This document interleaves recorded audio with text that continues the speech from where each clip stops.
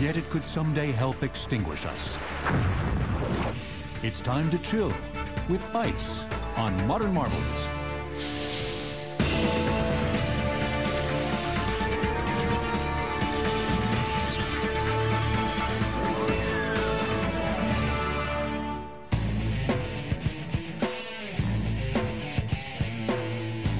Here's a riddle for you. What vehicle produced in this factory in Paramount, California, has been described as a cross between a street cleaner, riding lawnmower, and a brick? Need a hint? It costs as much as a Porsche 911 and tops out at 15 miles per hour. It also lays claim to be the most popular machine in sports.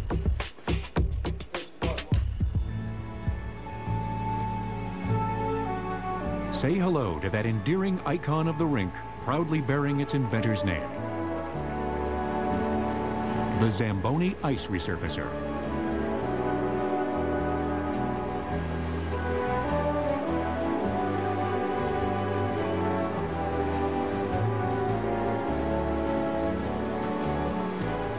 Whenever the ice becomes blemished with gouges, pits, and scrapes, count on this lumbering wonder to clean and smooth it.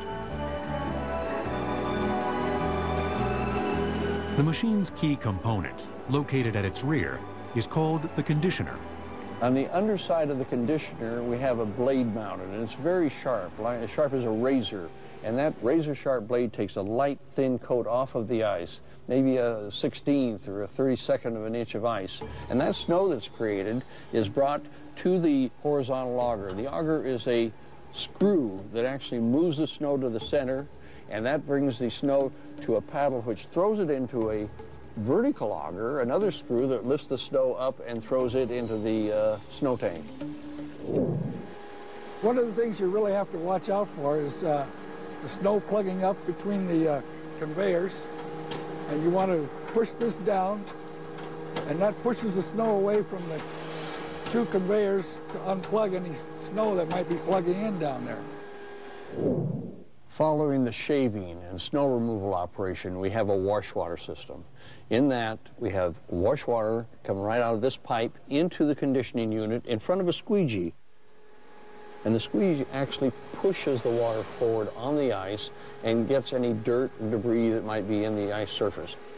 And that is sucked up with this water pump and recirculated in the wash tank. The machine completes its resurfacing task by applying a layer of water, typically warmed to 140 degrees. Freezing quickly, it doesn't melt the underlying ice. But it freezes with fewer air bubbles compared to cooler water, making the final sheet of ice smoother. Before the first of the Zamboni machines took to the ice 6 decades ago, restoring a rink surface was a time-consuming headache. After a tractor pulled a scraper over the ice, workers scooped up the shavings, sprayed on water, and allowed it to freeze. The job took an hour and a half to complete. In the 1940s, refrigeration expert Frank Zamboni figured there had to be a better way. After a few fits and starts, he constructed a primitive prototype he later called the Model A. My father developed this machine at the end of World War II, and he took advantage of many of the war surplus parts that were available at that time. He got the engine from a war surplus Jeep. He got the axles, which drive the machine on the ice, from Army trucks. And in the rear to lift the conditioner off the ice, he got a war surplus cylinder that was used on a Douglas aircraft bomber. It was used to lift the landing gear up and down. In the early 50s, Zamboni designed and built ever-improving models, mounting them atop Jeeps. Renowned figure skater Sonja Henie was one of the first to purchase one for her touring ice show. In 1954, Zamboni introduced his Model E, the first design he was able to mass produce. This was the last model he built on a Jeep body. He was able to take a real Jeep off the street, bring the controls to the back end of the machine, which were easy to handle. It had a smaller snow tank, but a much larger water system, and it was a big advance over the earlier machines.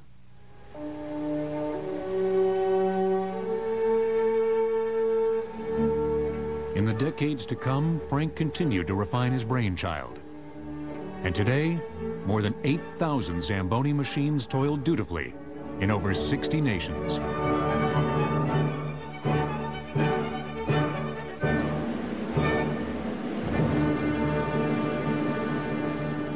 From our sparkling ice rinks to the top of the world, the solid form of life's precious elixir glistens before us as a roguish curiosity. We think of ice as a low-temperature entity, the epitome of cold. But in its own way, ice is hot. Other materials that cover the Earth's surface, like dirt, rocks, all that kind of stuff, are pretty far from their melting point, thousands of degrees. Even in the coldest winter, ice is still very close to its melting point. And yet it is still very strong. You can picture steel within 2 or 3 or 5 degrees of its melting point, and it'd basically be very, very deformable, not very strong. It wouldn't hold its shape because it's just about ready to melt. Whereas ice can be within 2 or 3 degrees of its melting point, and you can land an airplane on it in Antarctica, you can drive across it, you can use it for all sorts of structural purposes because it has quite a bit of strength.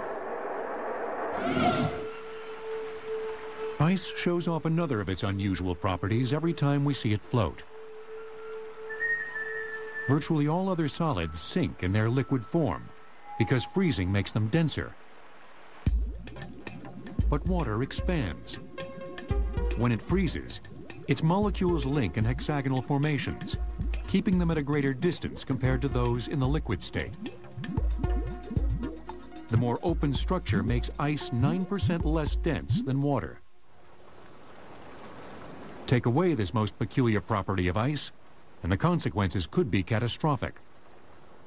If ice were more dense than liquid water, the ice would sink to the bottom of a lake and displace the volume of available liquid water.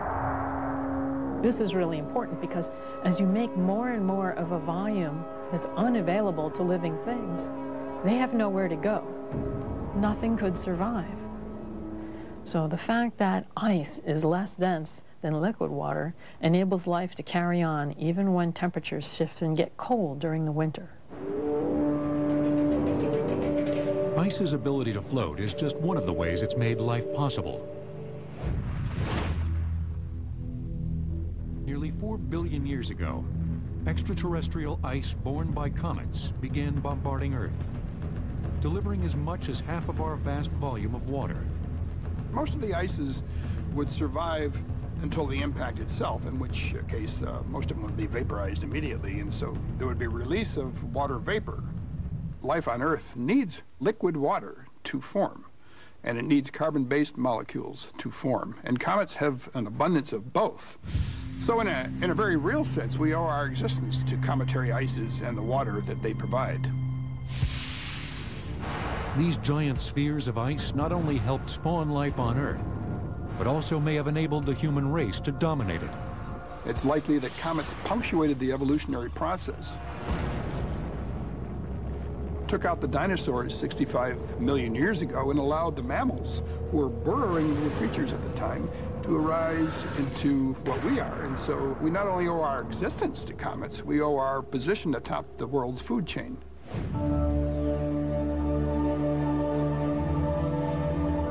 In addition to making life possible on Earth, ice has sculpted our planet during ice ages that span 10% of Earth's 4.5 billion-year lifetime. The sculptors were titanic glaciers and ice sheets dominating the landscape. A glacier is basically snow that has fallen and not melted. So years and years and centuries of accumulation of snowfall creates this big pile that compresses under its own weight into ice.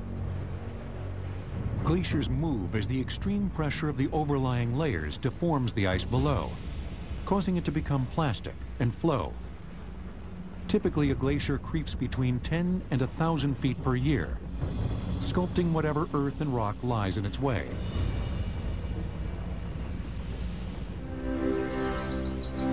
Perhaps nowhere has ice crafted the earth more majestically than in California's Yosemite Valley.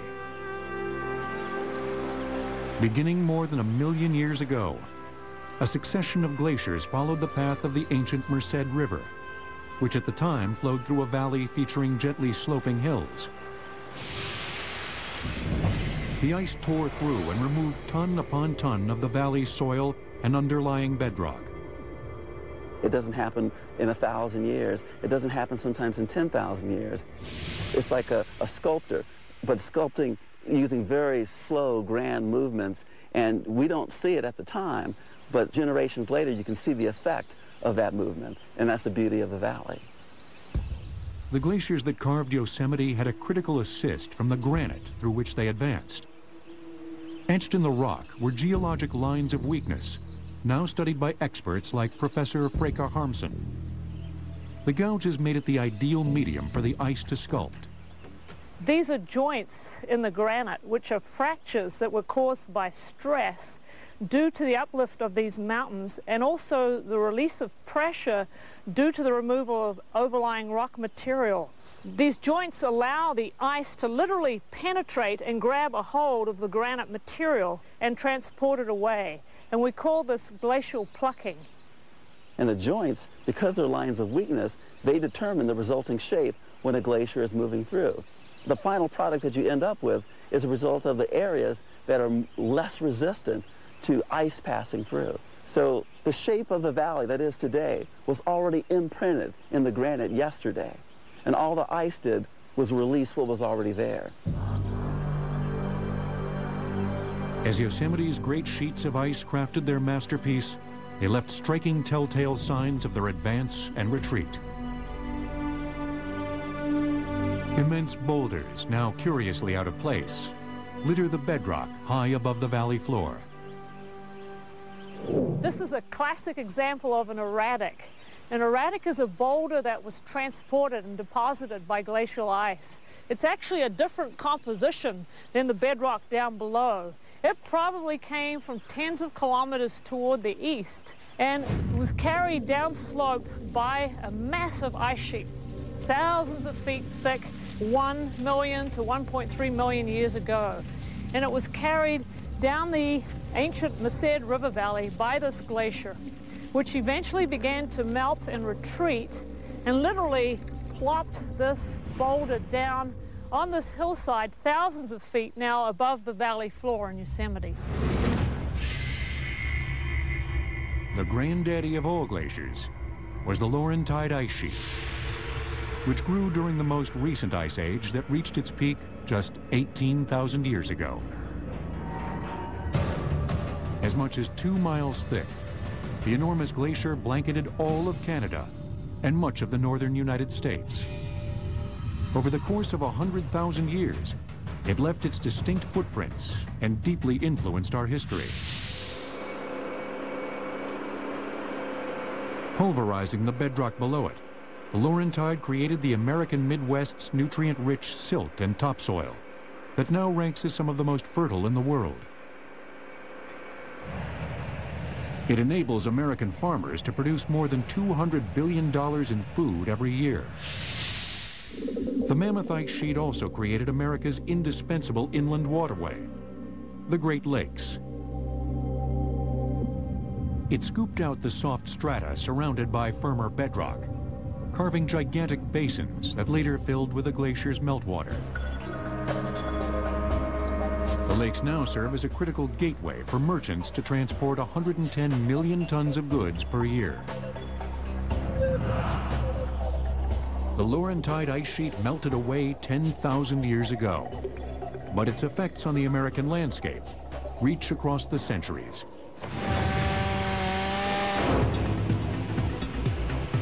Today, Americans and ice remain closely linked, but in an entirely different way.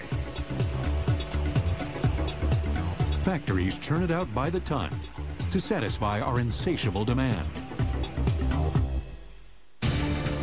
The Laurentide ice sheet created Lake Agassiz, the largest lake in Earth's history.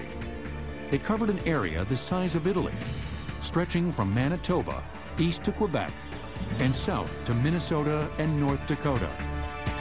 Ice will return on Modern Marvels, here on the History Channel. Americans consume a whopping 300,000 tons, averaging out to 2 pounds per person.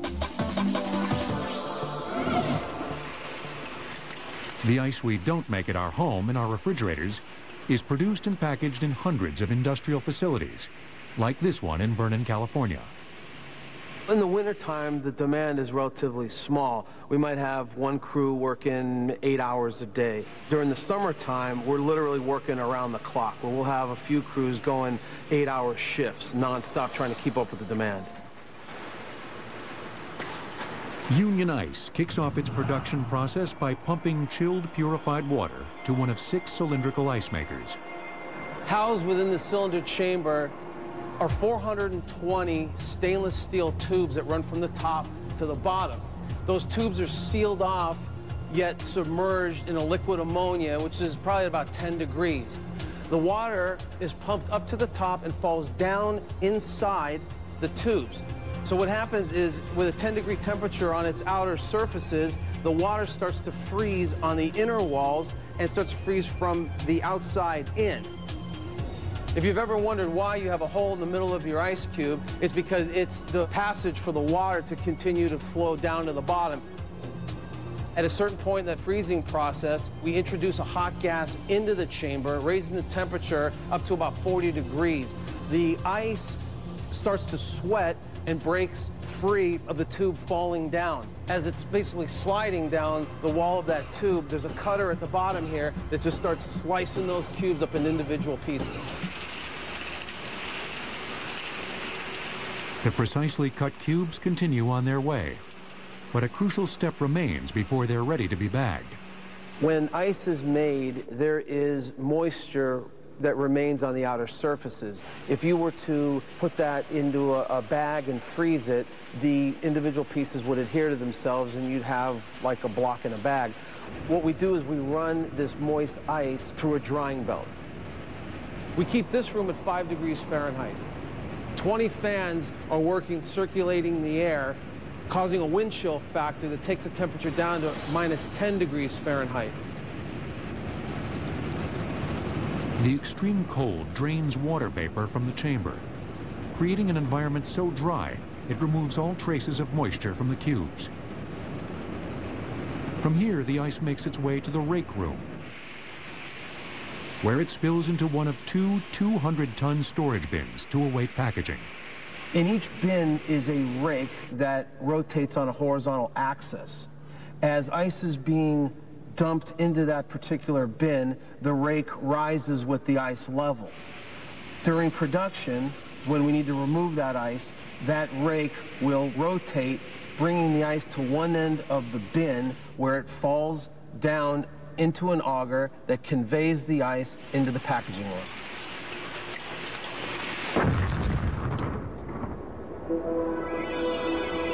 "2,000 years ago, ice was just as desirable as it is now, but it had to be harvested from distant snow-capped mountains. Civilizations including China, Greece, and Rome placed large amounts of ice and snow in storage pits, where its cooling effects helped preserve food. The Romans also dropped ice and snow into their goblets to chill wine. As recently as the 1920s and 30s, the ice we now consume so ravenously wasn't manufactured, but harvested from frozen ponds and rivers. This bygone industry endured for more than a century and established Americans' love of and dependence on ice. The process, developed in New England in the 1830s, was as simple as it was effective. Step 1 was to probe the ice with a simple auger. You checked the depth level of the ice to make sure it was safe for man and beast to go out on the ice. I'd like to have the ice at least a foot thick. And you would rotate it like you would any kind of a drill, and you would cut through the ice and would give you a safety level. The harvesting process hit full stride as horses fitted with metal cleats for traction pulled twin-bladed plows across the ice. The blades etched parallel lines 3 inches deep and 44 inches apart. Workers scored row after row until the area to be harvested was striped. Then, turning the plows at right angles to the stripes, they created a checkerboard pattern. Next, workers with saws cut along the grooves, creating uniform blocks that they floated to ice houses for storage. Ice houses solved the problem of how to minimize melting decades before the invention of refrigeration. Double walls insulated with sawdust slowed the flow of summer heat into the ice-chilled chambers. The blocks melted at a rate of just 7 gallons per hour. 150 tons would take 6 months to become a puddle. By the late 19th century, America's ice harvesters were cutting 10 million tons from the nation's frozen waters each winter. In decades to come, their efforts helped establish the ice wagon and the Iceman as urban icons. They delivered their blocks to families who used them to preserve food and cool drinks in sawdust-insulated ice boxes. But the 20th century witnessed the industry's rapid decline. Refrigeration plants began to manufacture ice more efficiently and year-round.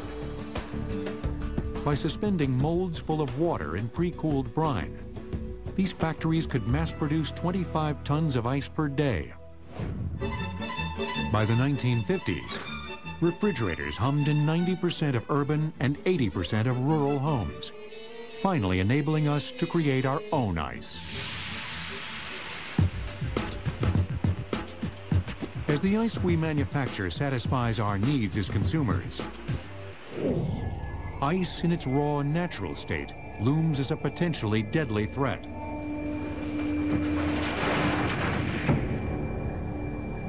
One enormous mass of ice may be poised to trigger a global catastrophe.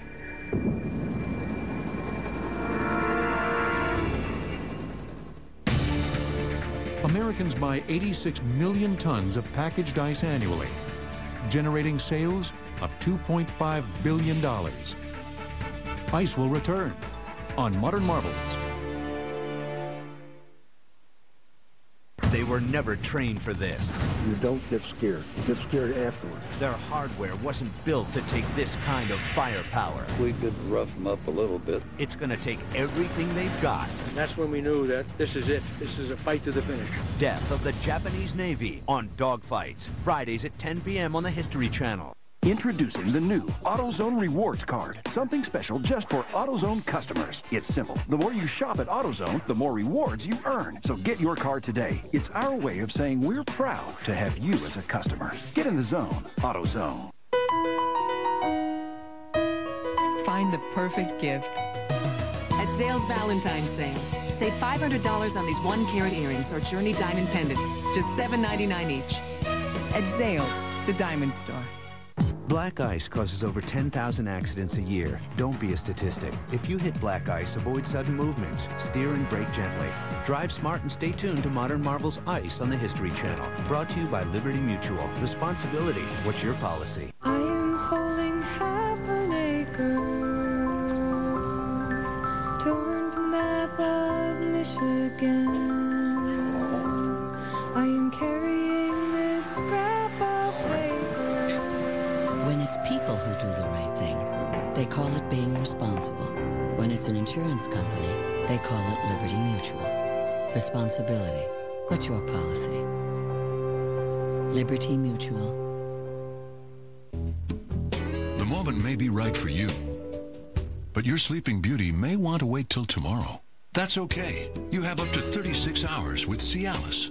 Cialis is the only erectile dysfunction tablet clinically proven to work up to 36 hours. 36 hours means you can be flexible and choose for yourselves when the moment is right. Tell your doctor about your medical conditions and all medications, and ask if you're healthy enough for sexual activity.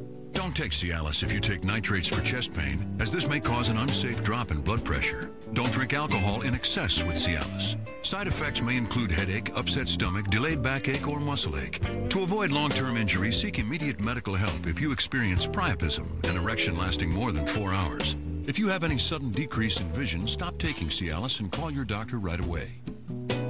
Some things take time. You can have it. 36-hour Cialis. When the moment is right, will you be ready? This car is packed with technology. But I find it very easy to use. The car is simple, intuitive. It's elegant, it's beautiful. The way it makes you feel, the safety, the security, the comfort. We walked away from an accident because of that car. The car's an absolute rocket. Just a wonderful car to drive. You get what you pay for, it's that simple. When I was a kid, I thought these cars were the most beautiful in the world. And I still do.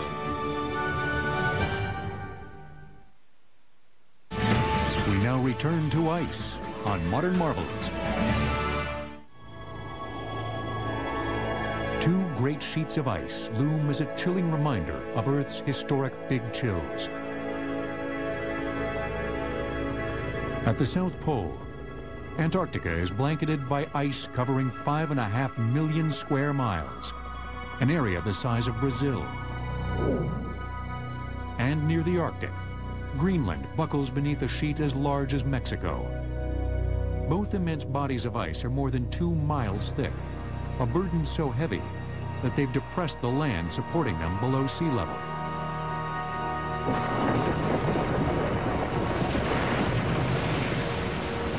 Some scientists now suspect that Greenland's ice could exert a different kind of power globally, triggering a disaster of epic proportions. The data suggesting such a scenario emerges from the ice itself. The reason that the ice is so thick in these places is that there, unlike other places where it snows, a year's snowfall doesn't melt. All of those layers, which represent the snowfall of past years, are preserved.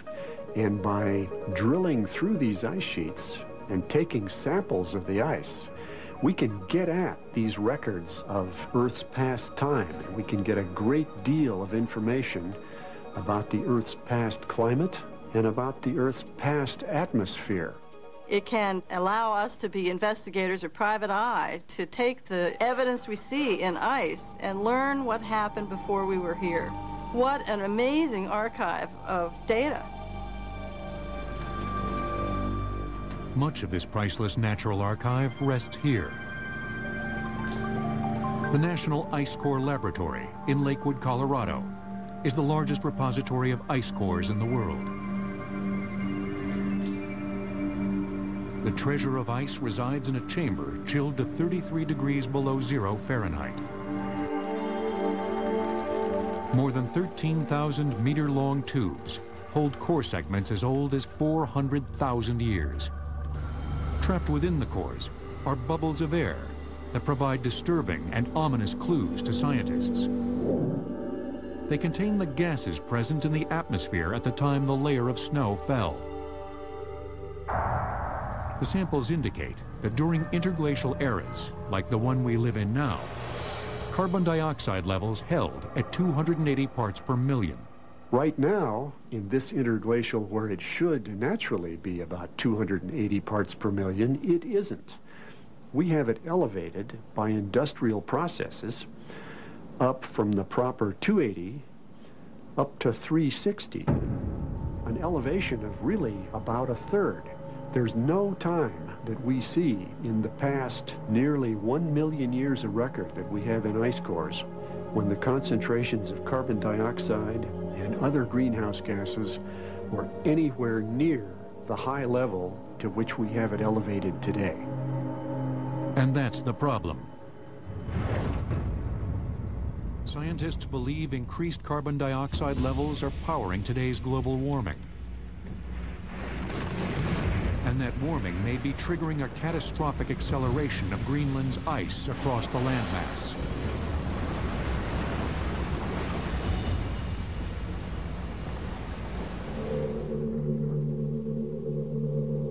Studies indicate that increased surface meltwater is carving its way down 2 miles into the ice sheet, forming wide shafts called moulins. There's concern that this liquid water could lubricate the glacier where the ice sheets contact the underlying rock and allow it to flow much more rapidly, perhaps to slide out much more rapidly toward the oceans.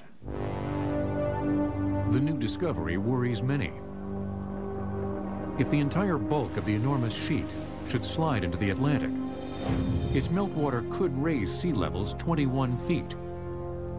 The rising tide would flood Earth's coastal cities, including New York, Washington, D.C., London, and Tokyo.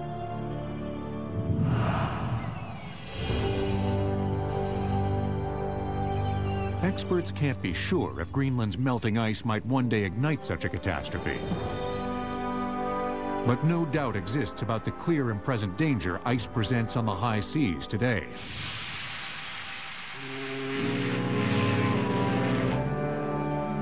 Since April 14th, 1912, when the Titanic met disaster in the North Atlantic, icebergs have defined our perception of ice in its untamed natural state.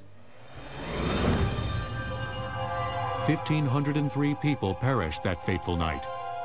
And during the century preceding the tragedy, nearly 2,000 others died in more than 30 ship collisions with North Atlantic icebergs.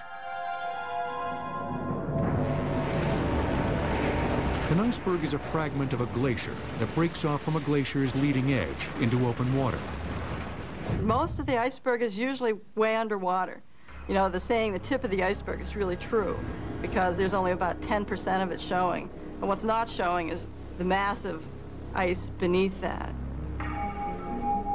Icebergs can be so big that they can't conduct heat quickly through the great distances from their outer layers to their cores. So icebergs may be a good deal colder in their centers than they are at their edges where they're newly in contact with the atmosphere and the oceans. The temperature at an iceberg's core can be as low as 4 degrees below 0 Fahrenheit, making it 10 times harder than the average ice cube. Icebergs aren't as strong as steel, but the tragic fate of the Titanic drives home the reality that they can still challenge steel hulls.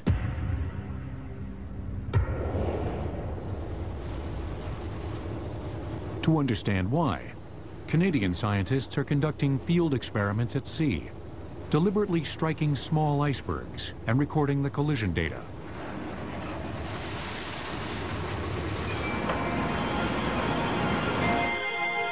Researchers at Canada's Institute of Ocean Technology have confirmed that the ice at the point of impact may give, but the huge mass of ice surrounding it remains rigid.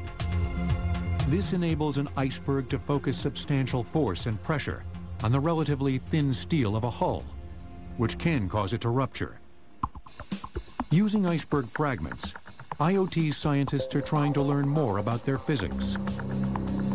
They hone each of the fragments to uniform dimensions for use in a variety of experiments. In this experiment, a vice-like instrument will rapidly compress the iceberg sample and measure how much pressure it withstands before deforming. Okay, ready to test. Testing in 3, 2, 1, now. The iceberg sample, nearly 3 inches in diameter, has withstood a force from the weight of almost a metric ton before fracturing. As scientists struggle to unravel the truth about icebergs, others diffuse the danger they pose by tracking and monitoring them. The International Ice Patrol was created in 1913 in response to the Titanic tragedy. First with ships, and now with radar-equipped planes, it keeps a vigilant eye over the North Atlantic. Its standard patrol zone covers an area 1/4 the size of the continental United States. It's the most dangerous iceberg region frequented heavily by sea traffic.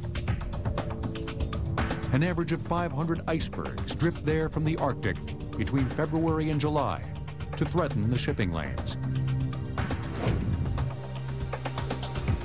Since the Ice Patrol's inception nearly a century ago, not one life has been lost due to a collision in its security zone. Engineers charged with keeping oil rigs safe from icebergs have achieved equally impressive results. If an iceberg drifts within 25 miles of any rig and threatens it, a special vessel arrives to literally lasso the iceberg and redirect its course. Instead of a guy on a horse spinning a loop over his head and throwing it over the top of the iceberg, what we actually do is we take that rope and we stream it straight out the stern of the vessel, and he would approach the iceberg, circle the iceberg, so do a full circle around the iceberg, come back around, pick up the free end that was trailing initially behind the iceberg, connect up both ends, and then tow it away.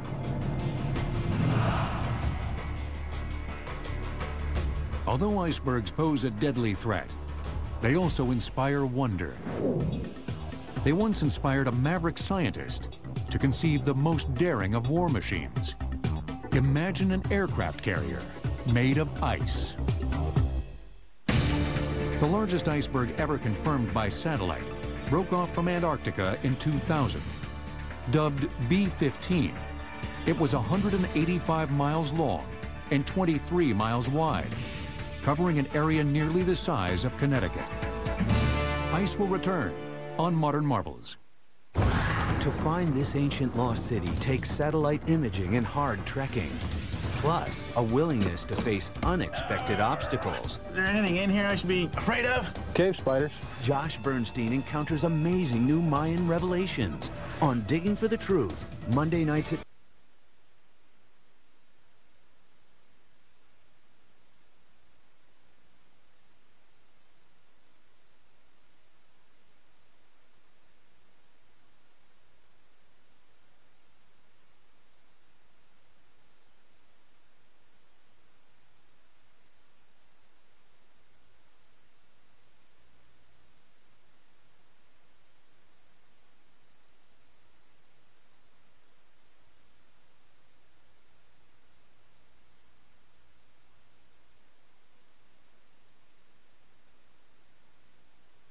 Three acts. The invincible are vulnerable. Food is Selsun Blue. Doctor recommends.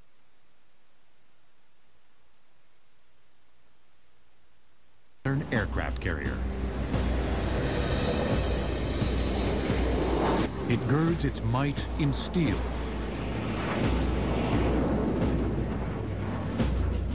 More than 60,000 tons of structural steel form the bulk of this vessel, the USS John C. Stennis.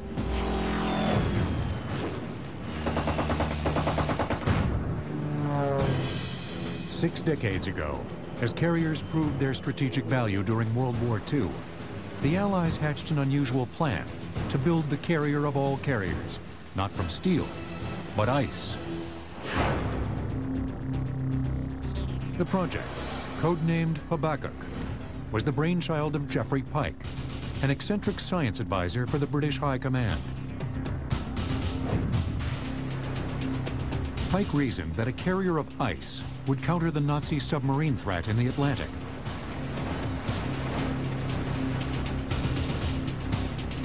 Cargo ships and troop transports were often easy prey for the German U-boats, as few carriers were available to provide air cover over the vast ocean.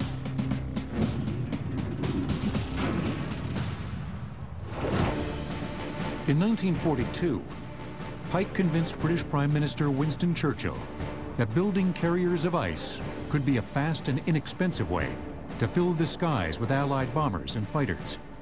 Many people thought Geoffrey Pike was crazy, but Geoffrey Pike was no stranger to ice, and he also knew about the strength of icebergs. Ice fractures easily, but icebergs don't. No matter how many bombs you hit it with, no matter how many torpedoes you fire into it, you can't quite get rid of an iceberg. Ice dampens an explosive's energy by preventing the massive and rapid expansion of gases during detonation. It'll melt a chunk or a region inside but it doesn't actually blow it apart. It kind of goes, "Ugh!" and sort of absorbs that energy inside. Pike's chemists added a common ingredient to ice to produce a hybrid as blast-resistant as an iceberg. Pike and his team discovered that if you take 14% sawdust or wood pulp by weight, add it to water, you come up with a remarkably strong substance. 14% sawdust by weight with 86% weight by water.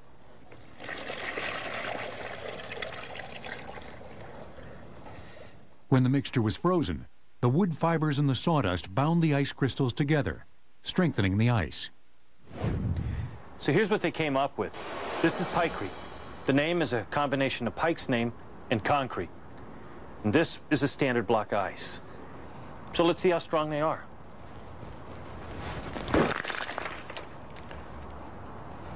Now let's try the Pikecrete.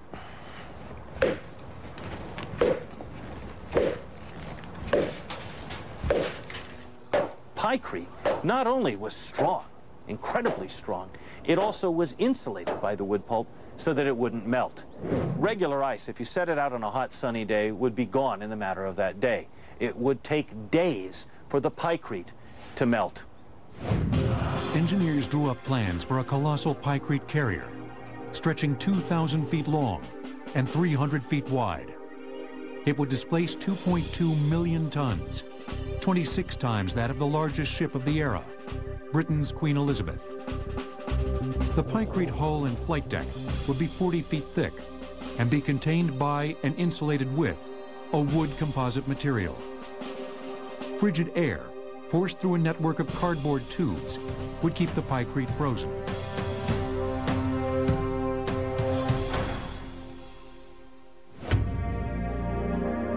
In 1943, workers at Patricia Lake in Jasper, Canada, secretly built a 1/50th scale model of the ship. It spanned 60 feet and weighed 1,100 tons.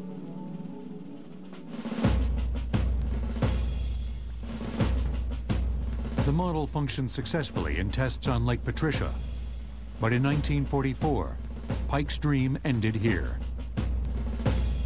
The need for Habakkuk evaporated, as the German subs were being sunk faster than they could be built. Land-based aircraft had gained longer ranges, and the logistics of building the full-size carrier proved daunting. The Allies canceled the project and abandoned the scale model on the lake. It finally sank, but only after its unrefrigerated Pikecrete endured more than 3 hot summer months before melting. All that remains is the debris of its wooden frame.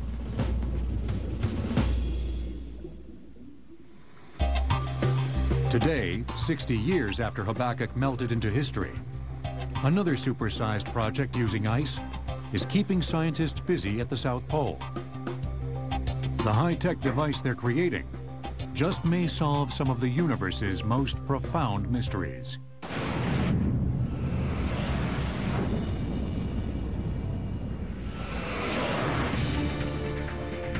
At an Allied conference in 1943, Britain's Lord Mountbatten fired a bullet into a Pikecrete block to demonstrate its strength. The bullet ricocheted off the block and grazed the pant leg of American Fleet Admiral Ernest King. Ice will return on Modern Marvels.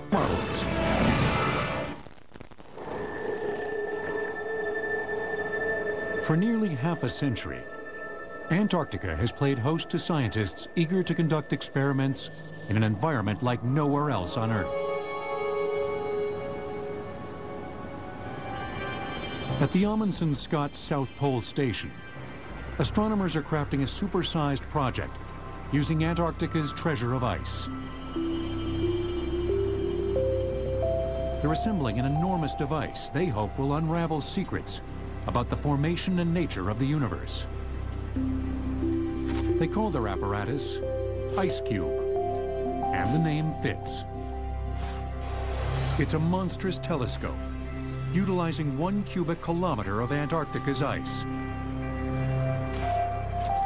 Comprised of ancient, extremely pure snow, the ice is remarkably transparent. If you go down about 800 to 1,000 meters into the ice cap, you get ice that's as clear as plastic. Looking at samples of it, you couldn't even tell that there was anything there. You can see hundreds of feet through this ice, and so that's exactly the type of ice that we need to do these types of experiments. IceCube detects subatomic particles, called neutrinos, hurtling invisibly all around us. They interact with virtually nothing. 1 billion of them have just flown through you in the past second, and you never felt a thing. Neutrinos originated billions of years ago in distant galaxies. They're the product of such cataclysmic events as supernovas, collisions between black holes, and the annihilation of dark matter, the invisible and mysterious substance that holds the universe together. Cable down. Ready. Cable down. By detecting neutrinos with sophisticated instruments, IceCube can peer back in time and help reconstruct how our universe began. And it may help scientists define exactly what dark matter is, revealing deep secrets about the cosmic glue that binds everything. IceCube consists of 4,800 optical sensors the size of basketballs. They're suspended on 80 cables, plunging down more than 7,400 feet into Antarctica's thick ice sheet, a distance equal to 6 Empire State Buildings piled atop one another. In the dark, frigid silence, the sensors can detect several hundred neutrinos every day. About 1 in a million that streams through our detector actually decides to collide with an atom in the ice. And when it collides, it makes other particles that we can see, unlike the neutrino itself, and that we see through the blue light they radiate when they stream through the ice. The transparent ice enables the blue light to travel visibly for several hundred feet to one of IceCube's sensors. The sensor can detect its direction and help IceCube sensors. The sensor can detect its direction and help scientists backtrack the neutrino to its point of origin. In doing so, IceCube promises to help astronomers map previously unknown regions at the far edge of the universe.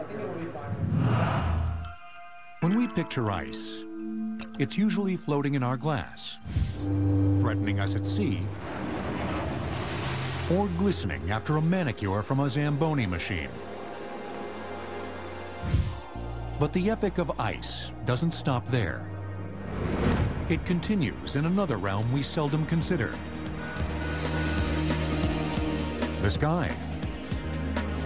Our atmosphere plays host to countless ice particles, hovering within clouds that cover 60% of the Earth's surface. In an ongoing natural cycle, they respond to variations in temperature and ultimately descend to join us. If they melt, we get rain. If they don't melt, we get snow. If they melt but then freeze on contact with the ground, then we get freezing rain, and that's where the ice storms come from. One of the 20th century's most severe ice storms struck Canada in January 1998. The frigid assault persisted for 6 days. Ice as thick as 4 inches coated Ontario, Quebec, and New Brunswick. The burden of the ice's weight toppled 130 power transmission towers, 30,000 utility poles, and millions of trees. 4 million people lost electricity. 600,000 were forced to abandon their homes. 945 were injured, and 28 people perished. The storm caused more than $5.4 billion in damage and served as a chilling reminder of ice's destructive power.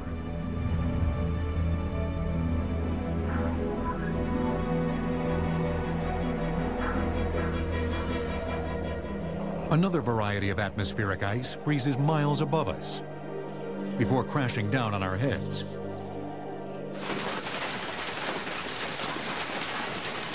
Hail is that odd curiosity as fascinating as it is destructive. Oh, there goes the windshield. Hailstones are particles of ice created in thunderstorms. Thunderstorms can occur year-round across the globe.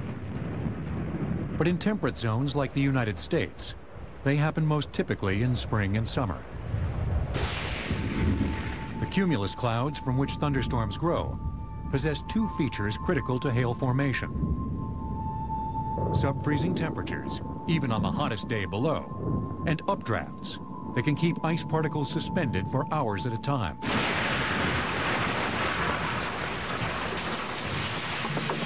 Hailstones form in storms where that updraft is strong and tilted. So what happens is the particle that's growing in the storm is traveling up the updraft, gets to the top of the storm where it's weak, and then it falls. And this cloud can be 6 miles deep. And so as those particles fall, they collide with other ice crystals and they collect them. And then when they get near the base of the cloud, they collide with liquid water drops and then they collect them as well. Now, with the updraft being tilted and strong, as that particle begins to fall down, it can fall back into the updraft. And that allows the updraft, if it's strong, to take it back up to the top again. And so hailstorms form as they get cycled through a cloud 3, 4, or maybe even 5 times for the really large ones. And at some point, they get so large that even the updraft can't keep them in there, and they fall out the base of the cloud and reach the ground as hail. Hail comes in all sizes, and the official terms designated by the National Weather Service are as straightforward as they are colorful. The smallest size is pea, followed by marble, dime, quarter, golf ball, tennis ball, baseball, and grapefruit.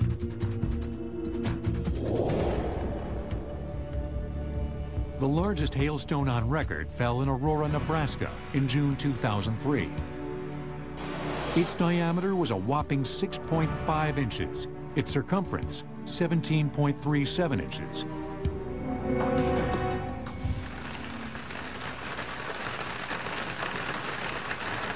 Aurora's record hailstone fell within a thunderstorm-prone region as one of the Earth's most heavily targeted hail belts.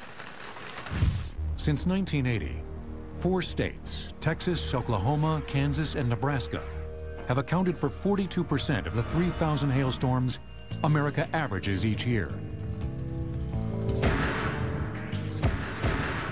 Hail has killed only a handful of people in the United States and lacks the sheer devastation associated with tornadoes and hurricanes. But in terms of property damage, few natural phenomena come close. Every year, hail produces about $1 billion of losses for the insurance industry as a whole. Of the top 10 biggest catastrophes that State Farm has experienced, nearly half of them are from hail losses. Laird McDonald conducts hail impact tests at State Farm Insurance's lab in Bloomington, Illinois. 3, 2, 1. Different materials react differently to different types of applied forces. We want to know how likely it is those materials will be damaged and result in a loss for State Farm under different types of conditions. State Farm's research team creates artificial hailstones by freezing water in aluminum molds. It makes them as large as 2 1/4 inches in diameter, the size of tennis balls. The ice balls are fired from this specially designed compressed air hail gun. It can fire the balls at speeds up to 90 miles per hour, replicating the maximum impact energies seen in all but the most extreme hailstorms. A frequent test sample is a section of roof. Since roofs cover a significant portion of the urban landscape, they're one of hail's most vulnerable targets. This is a typical S-type concrete tile, and we will typically impact at the top of the curve the inside curve and one of the corners, since these are areas of typical vulnerability with this type of product. Multiple impacts with 1 3/4 ice balls simulate a severe hailstorm.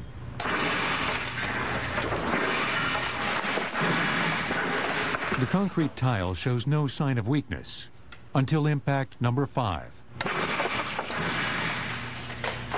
A hairline crack appears. Yet another impact with an ice ball 2 1/4 inches in diameter widens it. The weakened tile awaits impact number 7. In 3, 2, 1.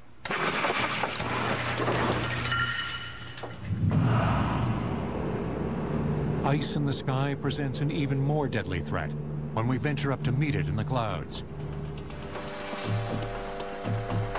Since 1993, ice has brought down 135 small and medium-sized aircraft and killed 171 people. Icing occurs generally at altitudes no higher than 23,000 feet. Above that level, the air is so cold that water vapor has solidified into ice, which bounces off aircraft. But below that threshold, clouds can be littered with so-called supercooled liquid water droplets. They remain liquid even below water's freezing point because they have no dust particle or other nuclei around which they can crystallize. Now, the danger of that is if you're driving a plane through a cloud and it interacts with these supercooled droplets, as soon as they come into contact with something that's below freezing, they immediately freeze. So you get ice on the wings of the aircraft, and that's not good. A common misconception persists that the ice's added weight causes aircraft to crash. But ice imperils planes by deforming the shape and the aerodynamics of their wings. Ice as thin as coarse sandpaper on the leading edge or upper surface can disrupt the airflow around the wing, reducing its lift and increasing its drag. Insufficient lift could force the plane into an unrecoverable dive. Too much drag could slow the plane enough to force its nose up, causing a stall, sending the aircraft plunging toward the ground. Since 1944, engineers at NASA's Icing Research Tunnel in Cleveland, Ohio, have been studying the dynamics of icing to develop ways to combat it. It's a simulation of the natural environment, but we have control over the temperature, the amount of liquid water, the drop size, everything that you want to have control over, which we don't have control over in nature, we can do here in the tunnel. The tunnel is a closed loop that recirculates its airflow through 4 turning vanes positioned at each corner. A 25-foot fan generates its wind stream. Powered by a 5,000 horsepower engine, the fan can produce air speeds up to 400 miles per hour. The wind it creates passes through an 1,800-ton heat exchanger to duplicate the frigid temperatures at icing altitudes. This massive air conditioner, in which refrigerant pumps through a network of coils, can plunge the tunnel's temperature as low as 25 degrees below 0 Fahrenheit. The freezing air then speeds through a grid of spray nozzles that functions as the tunnel's cloud. 250 nozzles like this one eject the tunnel's supercooled water droplets. And by controlling the air pressure and water pressure, we can control the drop size from 15 microns to 50 microns. 1 micron is 0.00004 of an inch. So average droplet size, 20 microns, it's kind of like equivalent of pollen floating around in the air. That's how small the water droplets are. Past the spray bars lies the tunnel's test section. It measures 20 feet long, 9 feet wide, and 6 feet high. The full-scale aircraft components slated to be tested here lower by crane into position. Engineers are preparing to study icing's effects on this wing segment. Okay, ready to go? Okay, you want to give us a countdown for spray on? 4, 3, 2, 1, spray on. Okay, we're at negative 9.5 C at 174 miles an hour, Dave. Okay. We'll give it a little bit more time with for the model for temperatures. During the 10-minute test, the supercooled water droplets freeze almost instantly as they strike the surface of the wing's leading edge. A subsequent examination of the ice buildup reveals the kind of jagged protrusions that could disrupt the wing's aerodynamics and trigger a crash. Okay, we can see we had a nice glazed ice condition. Nice. Tests like these have helped engineers devise a number of icing countermeasures. At cold weather airports, workers remove ice from planes by spraying fluids like propylene glycol, similar to antifreeze used in cars. It can reduce the freezing point of moisture on the wing surface to 60 degrees below 0 Fahrenheit. And large commercial jets counter ice by routing hot air from the engines through the leading edges of their wings. The heat prevents any supercooled water droplets that strike the leading edge from freezing. Let that be a comfort to you on your next flight as you pass through a frigid cloud at 20,000 feet. As ice in the sky compels us to counter its persistent assault, the slippery ice right beneath our feet enables us to reach breathtaking speeds.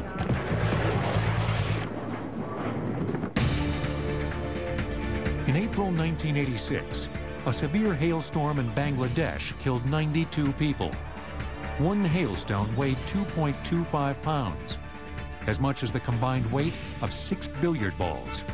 Ice will return on Modern Marvels. On Modern Marvels. One of our closest and favorite encounters with ice happens on a sleek slab 200 feet long and 85 feet wide. For America's 100 million hockey fans and 7 million die-hard skaters, nothing is cooler, literally, than the ice rink. Few, however, give much thought to how the experts craft its pristine, glistening surface. It all starts with a concrete slab embedded with refrigeration pipes that cool the concrete to 15 degrees Fahrenheit. Zamboni machines apply a thin layer of water to the slab, water that's treated to remove minerals that would otherwise make the ice too soft and inconsistent. After it freezes, workers with hoses apply more water. After it too freezes, they lay down multiple coats of white paint. Without it, the rink's ice would end up looking as gray as its concrete base. Next, it's time to add the lines and markings, in this case, for a hockey surface.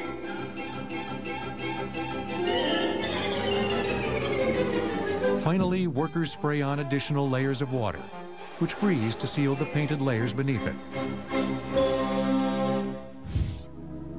Whether a rink is designed for hockey or speed skating, the ongoing challenge is keeping the surface cold, hard, and above all, fast.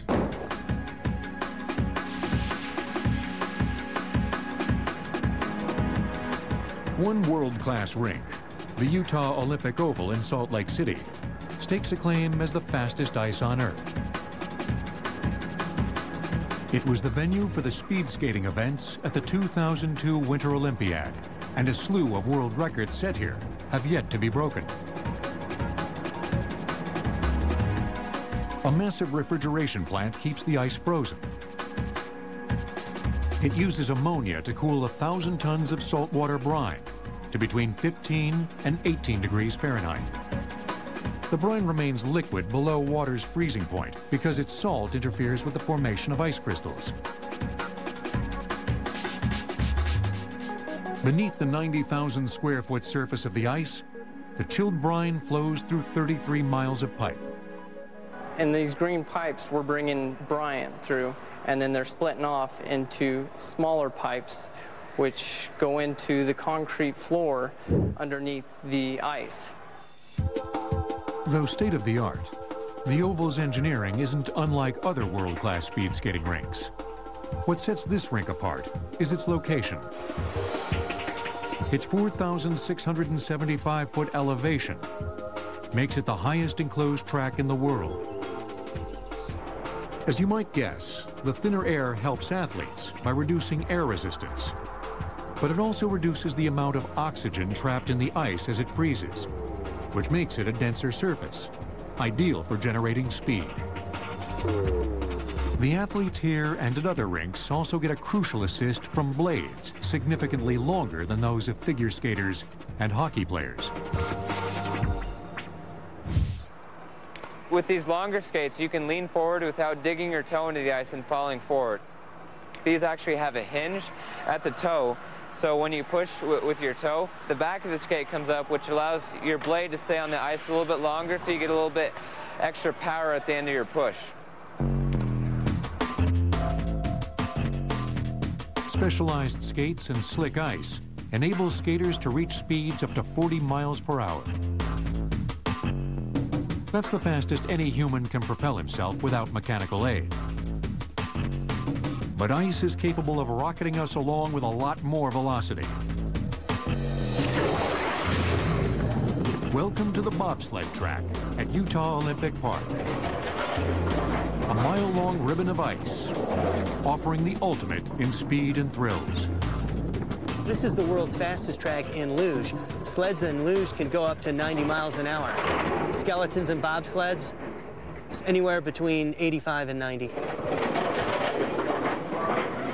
The track is made of concrete and steel, and it's on footers, and it follows the contour of the mountain.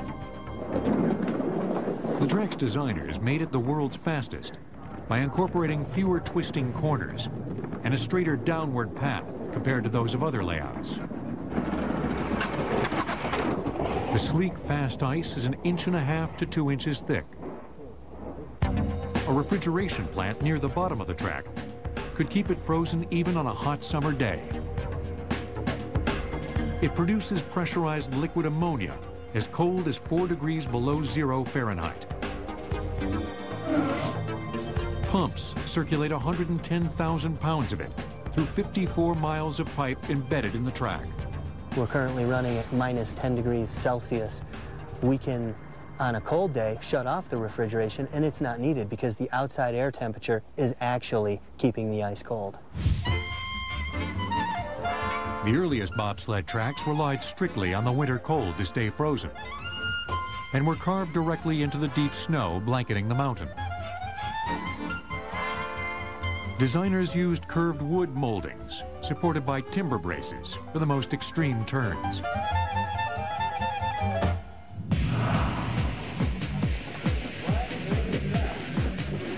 Like the layouts of the past, modern tracks are tailor-made for speed.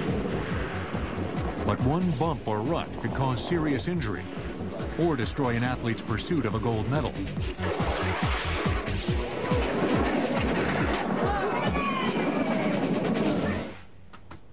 To help avoid crashes at Olympic Park and enhance the track's speed, a 9-man crew grooms the ice each morning. One of the crew's key tools is an 8-inch razor that shaves a thin layer off the surface.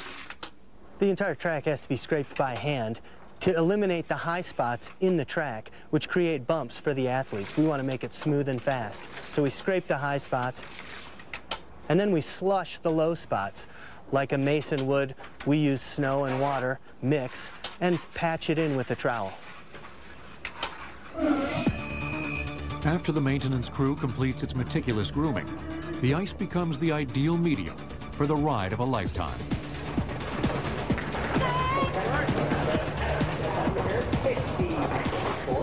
When the athletes are coming down the hill, the G-forces they can experience in these large corners can be 4 or 5 times the force of gravity, or 4 or 5 Gs. And that sensation is intense. Nothing compares to the speed that's a product of gravity, guts, and finely tailored ice. As athletes are drawn to ice seeking thrills, Others recognize its potential in an altogether different arena. They assault it with power tools in the name of art. 11 of the National Hockey League's 30 teams share their home arena with a basketball team from the NBA. The ice rinks lie beneath a layer of insulation under the courts. More ice will return. The Union Ice Company's plant in Van Nuys, California, built in the 1920s, is a cold blast from the past. Decades ago, before many Americans had refrigerators, thousands of facilities like this one kept the United States on ice. Now it's among the dwindling number of plants cranking out the 300-pound blocks that were once the staple product of the ice industry. As late as the 1940s, Union Ice and other companies did a thriving business, delivering the blocks to homeowners still without freezers, or restaurants that needed ice in bulk. Now the blocks are used mostly in crushers that pulverize the ice with rotating blades and spew it out with a fan. Sometimes the resulting snow can transform the most sweltering schoolyard or Hollywood set into a winter wonderland. But the blocks are crushed mostly by the fish and produce industries to chill cargoes when standard refrigeration units are unavailable. Union Ice makes the blocks pretty much the same way ice factories did a century ago.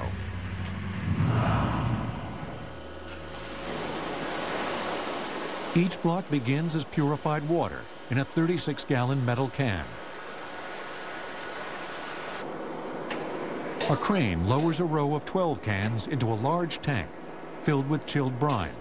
Inside that tank are a series of pipes that have ammonia refrigerant pumped through them, allowing us to take the temperature of that brine solution down to 0 to 5 degrees Fahrenheit. You only need 32 degrees to freeze, so what happens is ice starts to form from the outer walls inward, and it's usually about a 24 to 26-hour process. You have a 300-pound block. Once the blocks are totally frozen, with a crane, we lift up each row at a time and trolley it over to a dip tank. The dip tank is usually kept at between 60 and 70 degrees. What happens is the row of cans are submerged or lowered down into that dip tank, and the warmer temperature on the outside causes the ice to kind of sweat and break free of the inner walls of the cans. The cans remain in the dip tank for about 60 seconds before the crane lifts them out. Then they're transferred to a device aptly called the dumping rack.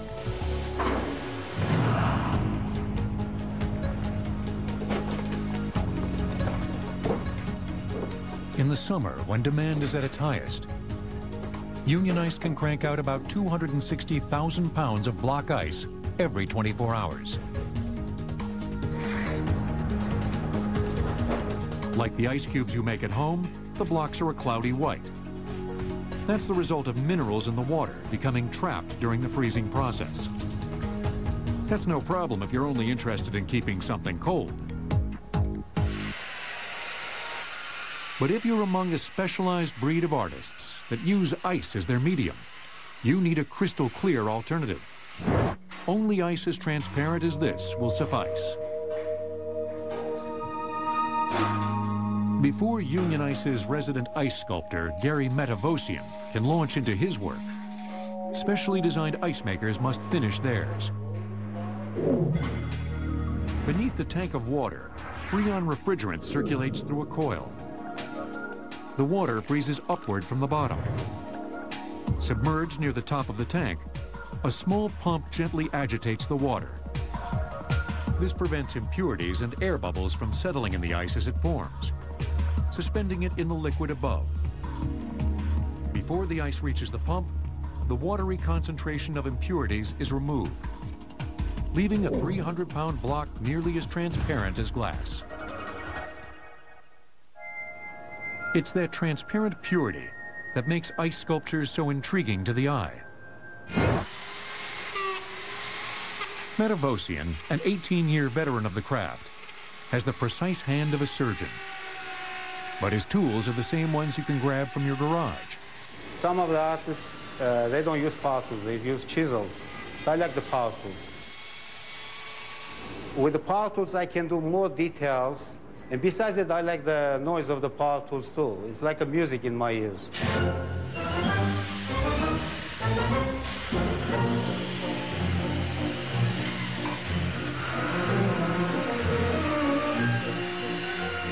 A chainsaw does the lion's share of the carving. A sander smooths out the rough edges. And drill bits come in handy for adding fine details. Shavings from a standard white block of ice help fill in recessed lines to create contrast.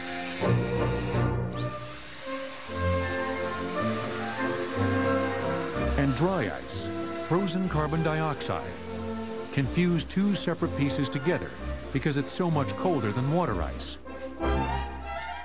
109 degrees below 0 Fahrenheit.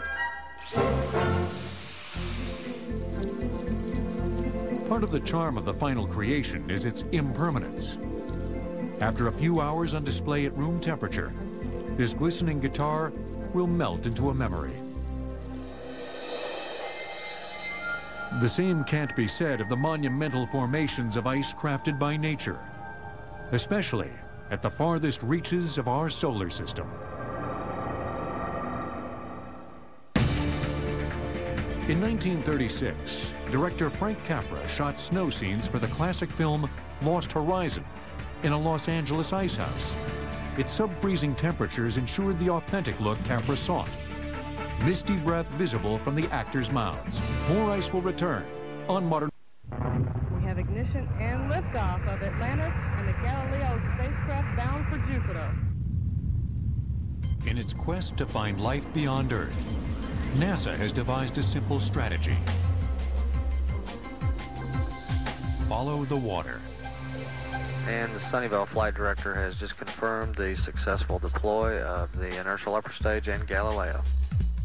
That water, in the form of far more ice than exists on our own planet, awaits us at the remote and frigid rim of our solar system. Certainly, the more ice we find out there, the more water we find in our solar system, the higher likelihood that we could have an environment that would be conducive to life. In 2001, NASA's Galileo space probe made a groundbreaking, or ice-breaking, discovery as it ventured to Jupiter's fourth largest moon, Europa. Scientists had known for years that Europa's surface was covered with ice, but Galileo's close-up views hinted that something remarkable lay hidden beneath it.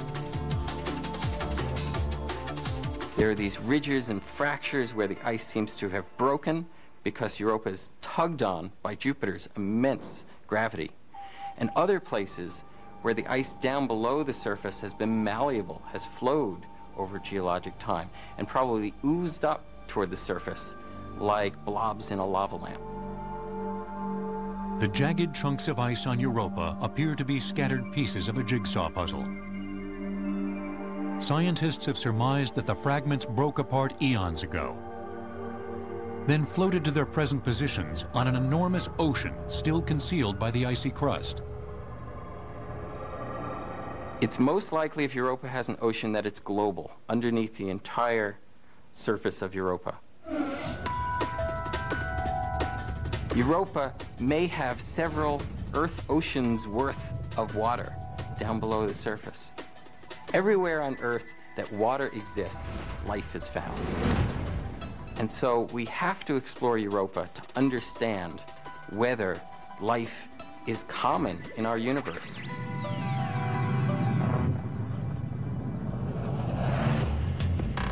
Targeting the same goal, scientists are also studying Mars. A bounty of water ice exists at its poles. If you melted it all, you'd create about 1,200 quadrillion gallons of liquid water, an amount equal to 200 times that contained in the Great Lakes. But the Martian orbiter Odyssey has recently gathered evidence that there's much more ice on the red planet than previously believed. Its spectrometer, an instrument that uses light to detect a substance's chemical composition, found an abundance of hydrogen in the ground, extending away from the northern pole. Scientists presume the hydrogen, which covers an area the size of North America, is bound in the form of ice.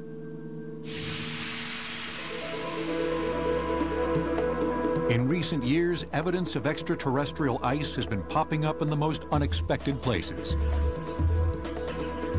Scientists have discovered telltale signs of its existence on Mercury, the blazing first rock from the sun, where temperatures can rise above 800 degrees Fahrenheit. We discovered the evidence for the ice on Mercury using radar from Earth. And we see the reflection of this ice, and we interpret that it's ice because it has the same reflective properties in radar as polar caps on Mars and as the icy satellites of Jupiter. So how do you get water staying at the poles of Mercury frozen as ice? The pole of Mercury is fixed perpendicular to the orbit, and so craters near the pole don't look at the sun, they look at space. And so they're in permanent shadow, and if they're in permanent shadow, they're very, very cold. So if a comet were to hit Mercury, some of the water might migrate up toward the poles. And as those molecules of water accumulate, it's cold enough that we're talking about ice there within some of the craters at the poles of Mercury. Surprisingly, scientists have discovered similar evidence of ice on our own moon. At the frigid bottom of steep craters that never see the sun. The shadowed craters contain as much as 10 billion tons of ice, hidden beneath the lunar dust. That's enough to fill 125,000 large grain silos. If it's truly there, it could be the holy grail for future colonists trying to forge a life on the moon. One of the things they'll need is water. Inside these deep craters, we actually could find ice that would help the humans survive on the surface. It's a very important thing to find, whether water exists on the surface of the moon. If we can get out there and melt it, we've got liquid water that we need to sustain life, and we can break the liquid water down into hydrogen and oxygen, which is the most efficient type of rocket fuel. If future probes determine that ice indeed awaits us on the moon, it could power the moon's rise as an orbiting fuel depot for interplanetary explorers.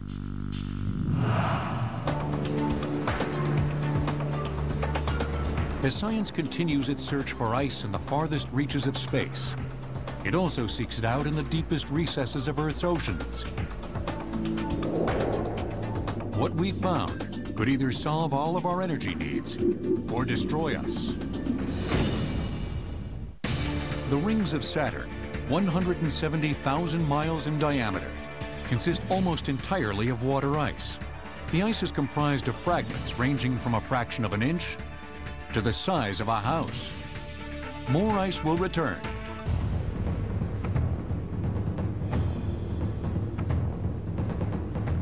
As we look to the future, one odd form of ice could meet the world's energy needs for decades to come, or trigger a global disaster.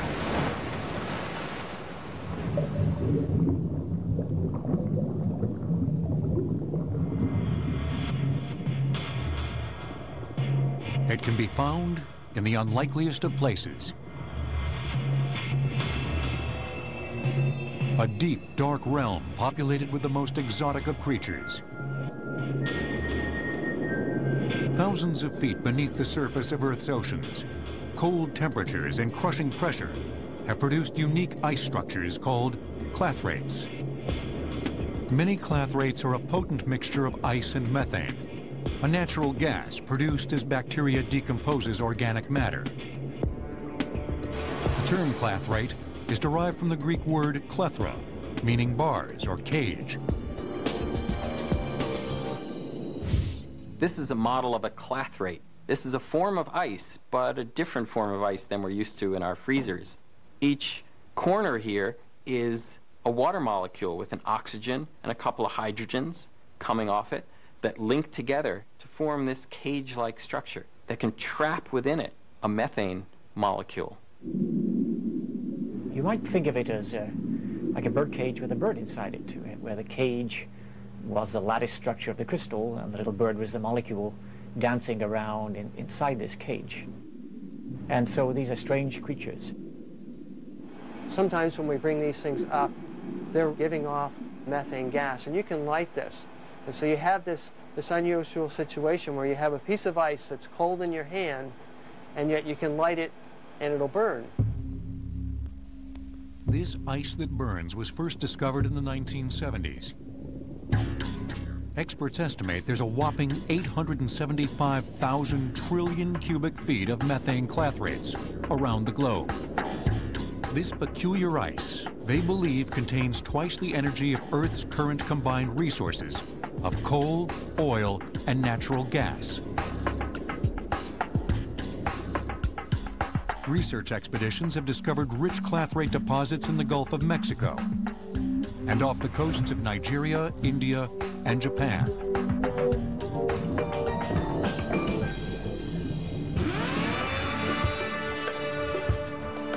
And in 2006, scientists from California's Monterey Bay Aquarium Research Institute sailed to the Pacific coastal waters off the U.S.-Canadian border.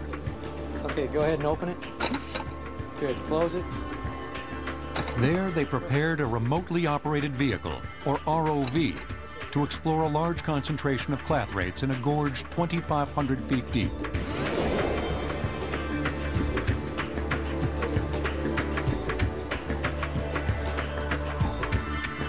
One of the big challenges with studying methane hydrates is that you can't go out in the environment, collect samples, and bring them back to the lab.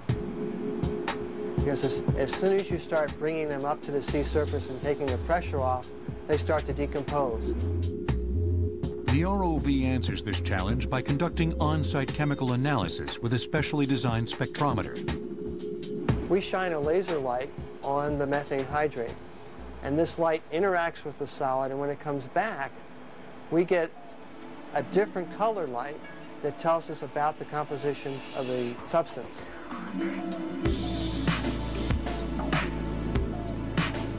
Studies like these have revealed that some clathrate deposits contain pure methane, while others include a rich blend of other hydrocarbons, like ethane, propane, and butane. But experts trying to figure out how to harvest such a treasure of energy are still scratching their heads.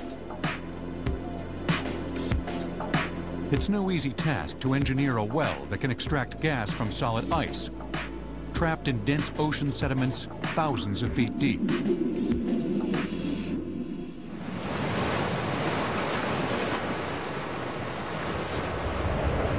But clathrates exist in another, more porous realm that may be easier to tap.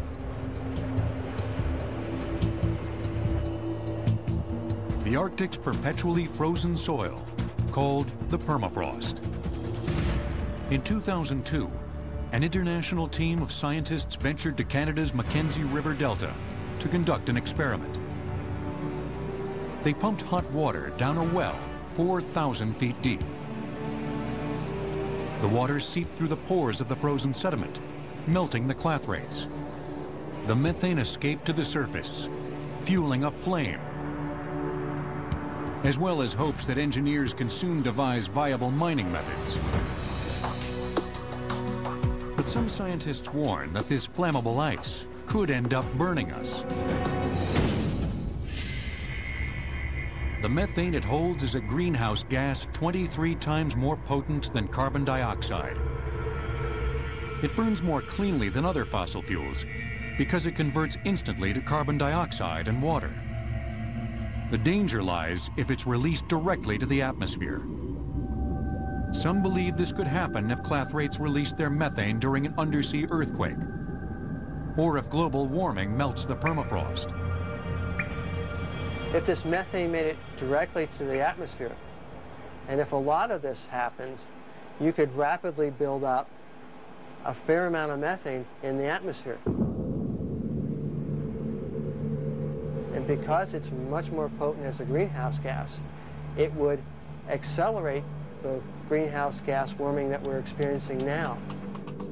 Such dramatic global warming could trigger rapid melting of polar ice. This, in turn, could raise sea levels hundreds of feet, causing disastrous worldwide flooding.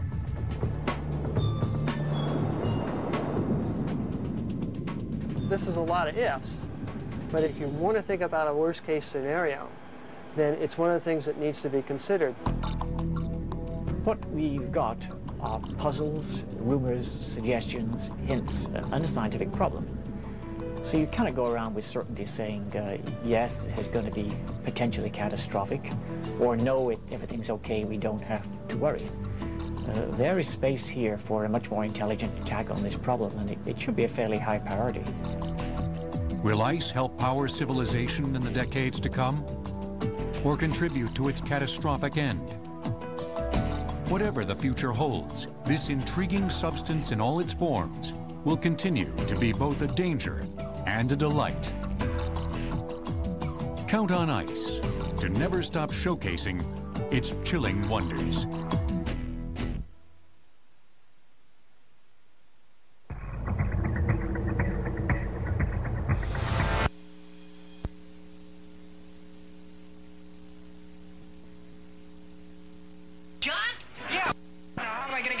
Out of there. Here, hold this. I'll get a spoon. Well, there's only one thing for me to do. It won't be easy, but anything for a friend.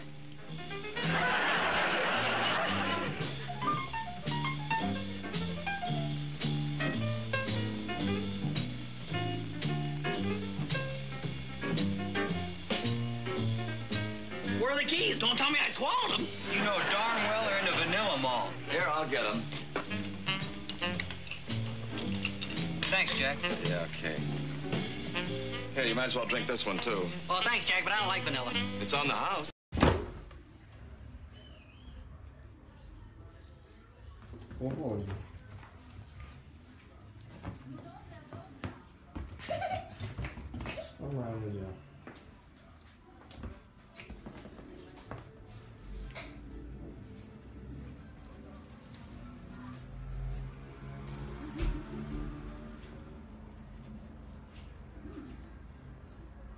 Nie, to już nie fajnie tak było, machanie czy nie. Cześć, dobra.